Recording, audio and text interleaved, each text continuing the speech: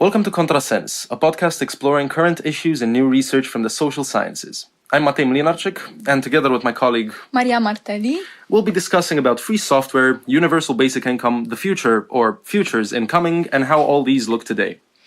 This is our first episode in English, so in case you don't know, we're based in Cluj-Napoca, Romania, and we're a bunch of students studying sociology and anthropology. And the name of the podcast is the Romanian word for traffic coming the wrong way. Well, there's a metaphor in here somewhere. Anyway, our guest today is Emrah Irzik from Istanbul, Turkey. Sociologist currently teaching at the UBB Sociology Department. He has a PhD from Central European University in Hungary, an MA from Babeș-Bolyai University in Turkey. He has most recently worked as a researcher for the Fair Labor Association, authoring a report on the conditions of seasonal agricultural workers employed in hazelnut harvesting. His main research interests are at the intersections of new technologies and forms of social organization which enable radical social change, such as free software. I guess you could start by telling us a little bit about what free software is. Sure. Free software is many things at once. It is a thing, a license, a process, and a movement. And I'll go over them. As a thing, it is a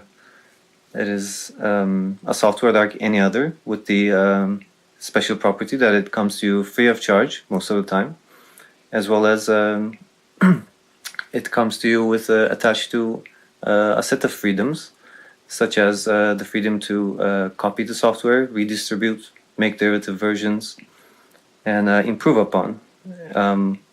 It is also denotes a certain way of producing software, which is open to collaboration by any willing party, whether individual or corporate or governmental. And it has also turned into a movement which aims to rid the world of proprietary software, which is unfree software, and allow computing to take place on terms favorable to the user. In other words, putting the user in charge as opposed to the authors of the software. And has it been so since the beginning, like Richard Stallman intended, or do you think it kind of like was there in the air before Richard Stallman started with the Linux and GNU project? Free software, before it was coined as free software, was actually the original way how software was produced in the research labs where software first emerged in the early 70s. It was only somewhat later, in the mid-70s and up to the early 80s, where it was transformed into a proprietary model that was focused on commercial interests, where Microsoft, Bill Gates played a key role in this transformation. And the free software movement as such, with the name and all, as a conscious movement, emerged as a reaction in the early 80s, led by Richard Stallman. At that time, his project was called the GNU project, which was a shorthand for GNU's not Unix. This was a play on words because he wanted to make an operating system compatible with Unix, but which would not be Unix. So that was a naming hack of sorts. And he quite idealistically engaged in producing software on the basis of free software, which would guarantee all these freedoms that I enumerated.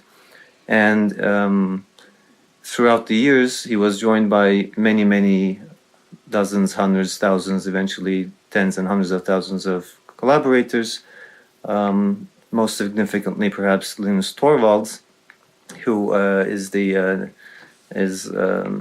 one who wrote the Linux kernel, and that's where the name Linux comes from his name Linus. And eventually, we arrived at this point where we have a formidable acumen of free software serving the most diverse needs of computer users. And it's still ongoing, so the story is not over. Hopefully, it's not gonna end soon. Not soon. All right. So for the purposes of your PhD, you've done an ethnography of the Pardus project, which is a Turkish government-based project to create a national kind of operating system. Could you tell us a little bit about it, about your research? Sure. The Pardus was an example of what's called a Linux distribution, which is, you can think of it as a certain version or a combination of free software packages to create a computing environment that is particularly suitable to the project at hand. So the aims of Pardus was first of all to further an agenda of national independence and security, in the sense that it would be under the control of predominantly Turkish software engineers employed by the government through a research council, and so it would be free of, for example, Microsoft's or Apple's control. But the interesting thing is to start such a project up from scratch would be prohibitively expensive, obviously. But the fact that this whole already pre-existing body of software in the form of the GNU Linux project and all the existing free softwares made this possible. So what happened was a certain visionary called Tekman.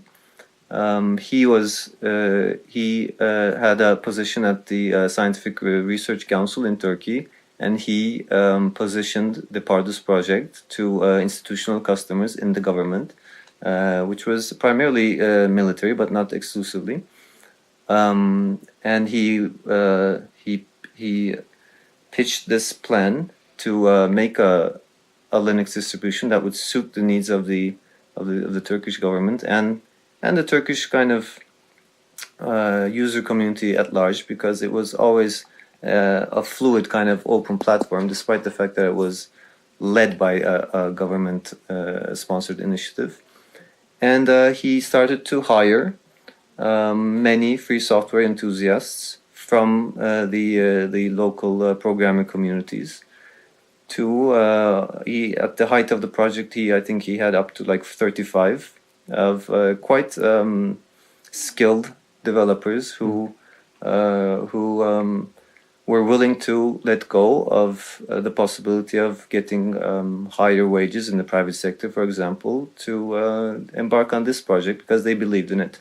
And so, despite the fact that it was always a kind of within a governmental shell, it was in many ways overflowing.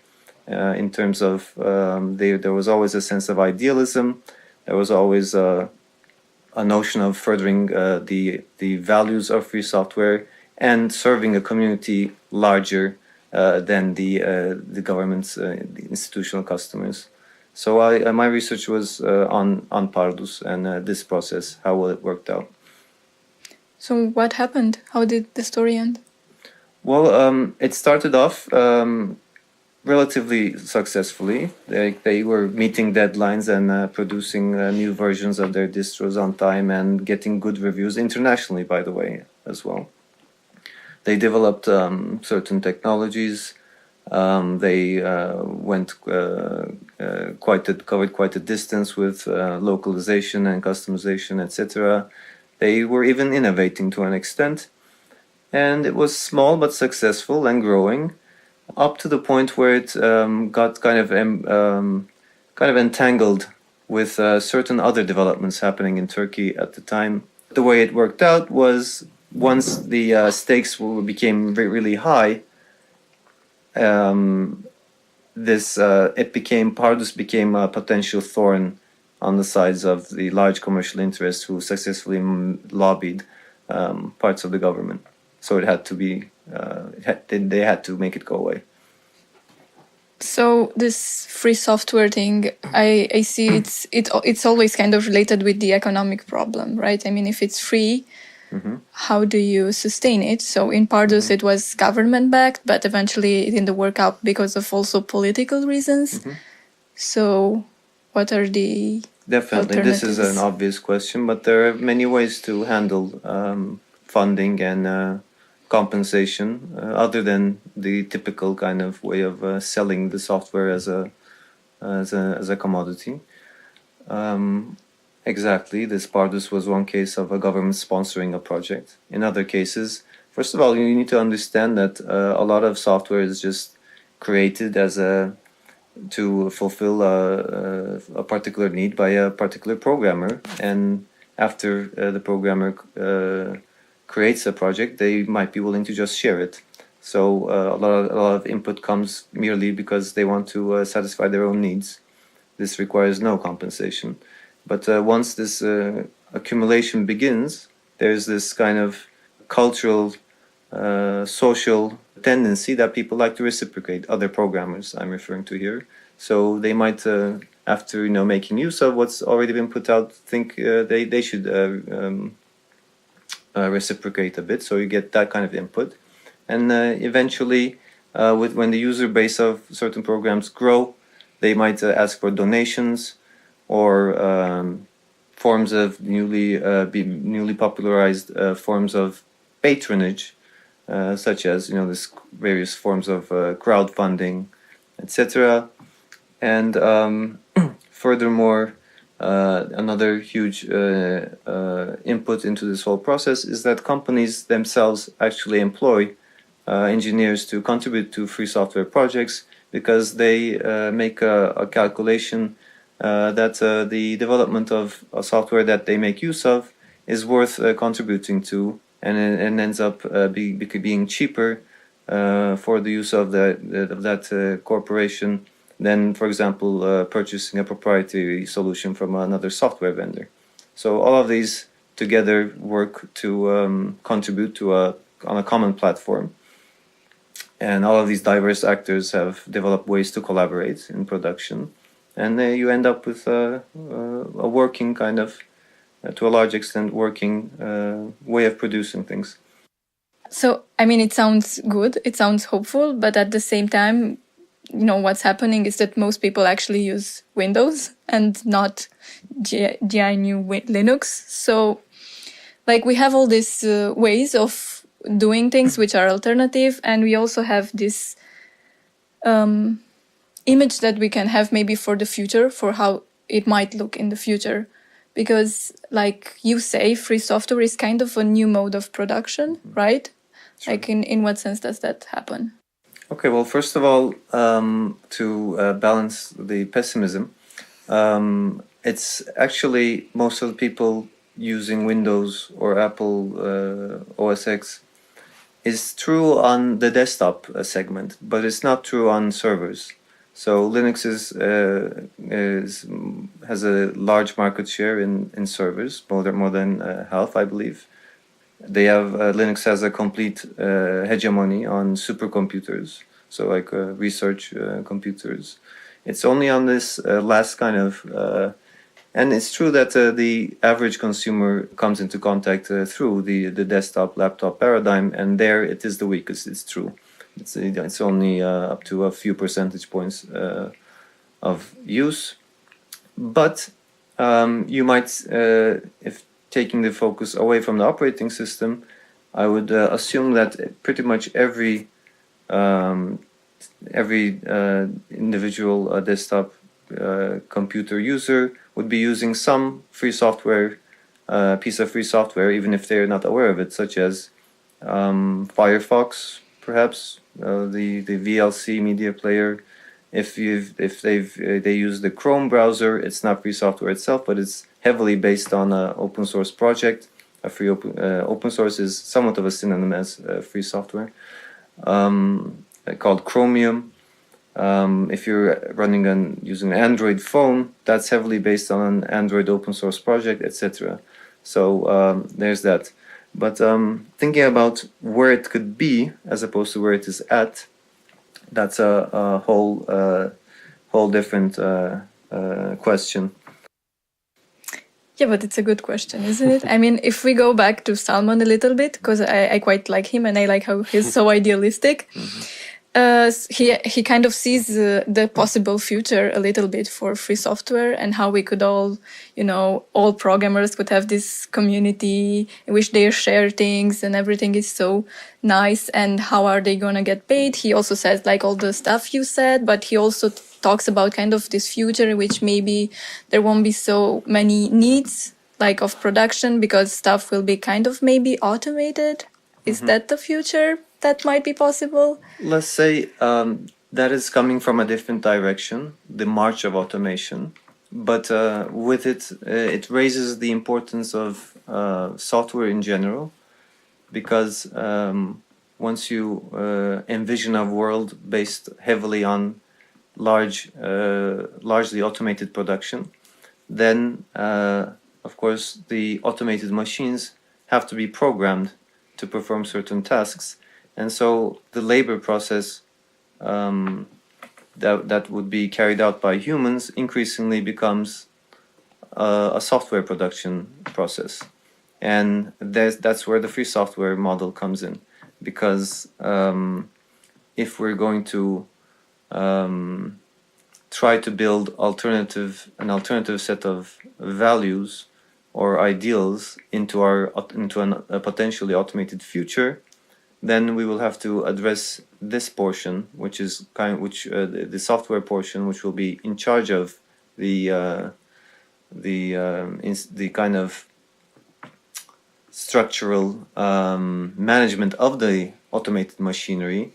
And there we already have a working model in free software that could further these goals of solidarity, cooperation, openly accessible networking, and all of this free of a price tag.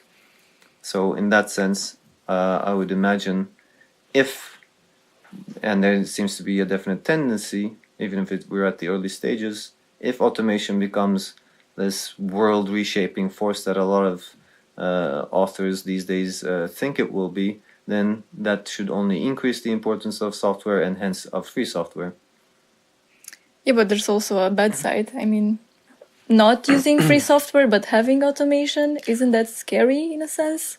Well, I think if you look at it in a different light, automation is, in the system we live in at the moment, is scary in and of itself, right? Because the more you automate things, the more you lose jobs, for example.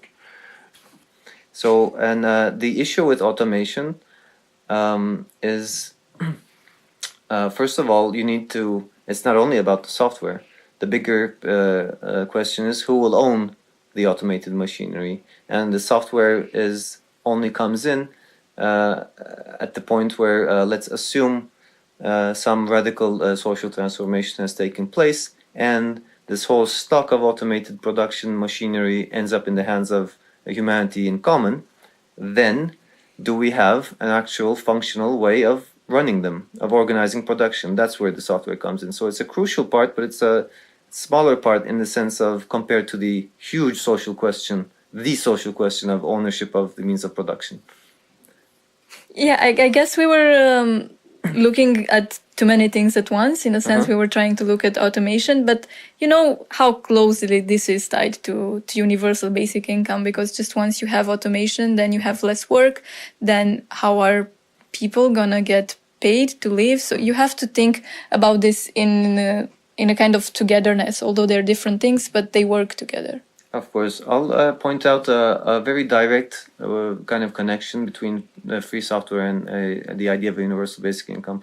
First of all, the idea of a universal basic income is an answer to the among other things, but the main drive seems to be, as it's most commonly formulated, as a solution to the prospect of massive job loss as a result of increasing automation. Okay, so as the current socioeconomic system is set up, obviously this progress, if you want to call it that, of automation results in a nightmarish outcomes for workers, because the result, as has always been, is loss of jobs.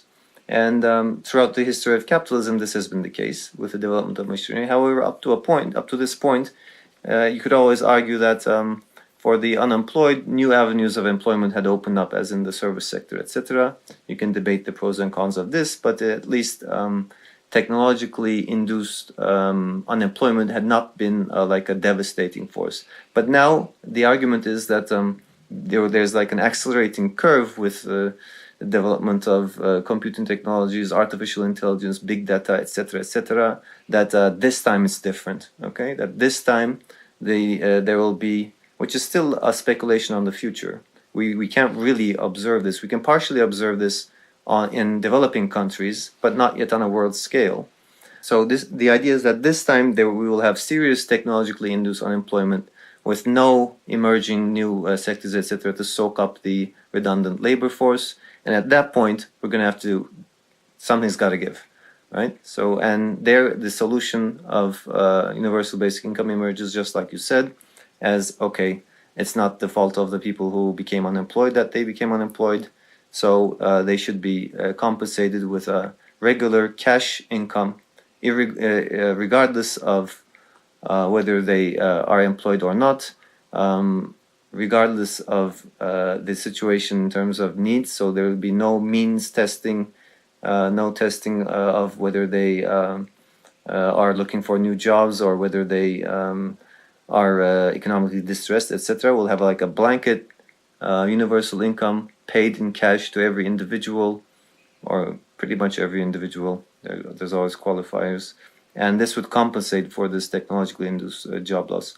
But when it comes to software, this is the connection.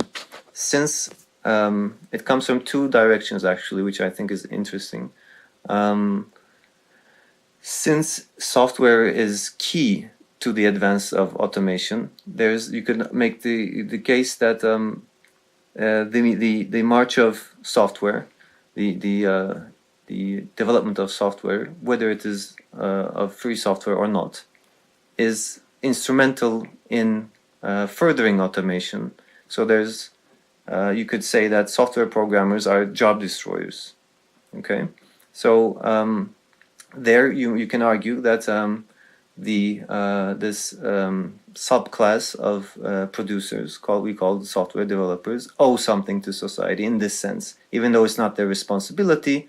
There's this kind of nagging feeling that the work they're doing is destroying the jobs of others. So there's this dynamic. But on the other end, at the other side, you could say that a lot of free software developers who contribute to this global commons of free software and who may not be able to find all these and make work for them these different forms of compensation that we discussed, they might be giving too much to society and not getting enough in return. So if the institution of a universal basic income could be inserted into this picture to even out both extremes, whether the software developers are causing, in a sense, harm, or they're not receiving as much as they're giving. So I find this kind of interesting. Okay, so let's see. We have talked about this possible future with basic income and with free software and programmers having so much fun working on whatever they have fun working on. But also there's the bad side that we kind of are trying to get there. Like there could possibly be a future with automation or without automation, but certainly with some kind of ecological disaster, and then maybe also proprietary software. So how bad would that look like? How bad would it be? I think you're introducing now this the four futures vision of a particular author, Peter Fraze. Am I correct? Yes. The ideas presented in this book regarding the future. I think it starts out quite. There's a simple template to it, in a sense that he identifies these two different axes regarding possible futures. The first axis is between egalitarianism and hierarchy, and the other is between abundance and scarcity. So if you imagine a matrix with these two axes, you end up with four different scenarios. and from utopia to dystopia. Yeah, that's kind of basically it. What some kind of utopia and some kind of dystopia. So he's basically using like the two things I mentioned, whether we will have automation and what kind, and of course what kind of ecological disaster will happen, mostly because of us, because of our human-induced climate change. Unfortunately, software doesn't solve ecological disaster. Well, I'm pretty sure some futurists might imagine some kind of software that might, do something toward through some means. I think keeping a skeptical attitude towards that will be appropriate. Possibly, yeah. I mean, of course, the technofix of the world, of the disaster we created by technology is possibly not the best way to go towards the future. And like this guy phrase he mentions, we have like this best possible outcome, which is we have equality and we also have abundance. And that's a communism that he talks about, in which, we have this post-work future and there's enough of everything for everybody. But, I think the future that you, Emrah, are most scared of is rentism, because you have abundance, but you also have proprietary software and, they have everything in this future. Everything materially is already there, but somebody owns it. Everything is in the control of somebody, yeah. The intellectual properties of everything, yeah. The regular property and intellectual property, sure. This would be like the current trajectory we're on, barring any radical social change. So if nothing we must understand that social change through appropriations of technology, such as this free software phenomenon, is not the panacea to solve all social problems. So if in the absence of a more general large-scale societal change, whether it's a reform or a revolution of sorts, then the current trajectory is that the efficiency of production will continue to rise. More and more will be produced with less and less labor. However, the property relations will remain the same, and to maintain the status of the current beneficiaries of the capitalist system, the ruling class, etc., they will have to reinvent themselves in much the same way as the feudal elite reinvented themselves in the transition to capitalism. They will reinvent themselves as neo-rentiers who, despite having very little connection to productive activity as such, because productive activity in itself would be largely automated. However, the fruits of this production will be denied to the mass of population, and that's how you will end up with what phrase has termed rentierism. Yeah, so I think it's pretty clear that what some people, especially these very technical inclined people, think that you can solve everything through technology. It's not that way, and that we probably need to think of like political means of changing stuff in law, in like every bit of human life, because that's how we are made of, kind of everything. Nothing less than the total transformation of the system, including of private property, I would say. Good. That's a good thing to end on. I think we can conclude. So the technology is not the answer. Technology, not the whole answer. Part of the answer. The way technology works is it kind of sets the groundwork for the field of struggle. And you need to formulate your social struggle with reference to what are the historic possibilities enabled by technologies. So it's kind of like not the solution, but the ground upon which different solutions can be built, or different nightmares can be built. Wonderful. Let's focus on the dreams, but let's not lose sight of the nightmares, so that we know what we have to prevent from happening.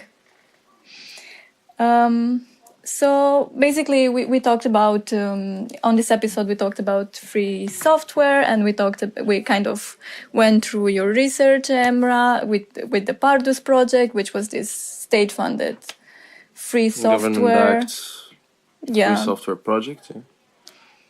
Yeah. We tried to take a look into what futures might be coming towards us, or even better, if we could be coming towards them, that would be better. And so we also discussed this universal basic income thing, which is definitely a thing right now. So that's it pretty much. I Okay, guess. thank you. Okay. Well. Yeah. Thank you for joining us. Yeah. Thank you for joining us. Thank you. Thank all of you for listening. Yeah, thank all of you for listening. So today's guest was Emrah Irzik. This podcast is supported by the Faculty of Sociology and Social Work from the University of Babeș-Bolyai in Cluj-Napoca. This week's episode was produced by Maria and Matei. The soundtrack, mixing and mastering are done by Kind Studios, and thanks to the College of Political, Administrative and Communication Sciences for the recording studio. We look forward to your feedback or any other such suggestions at contrasense@protonmail.com. That is CONTRASENS@protonmail.com. And we'll see you in the next episode.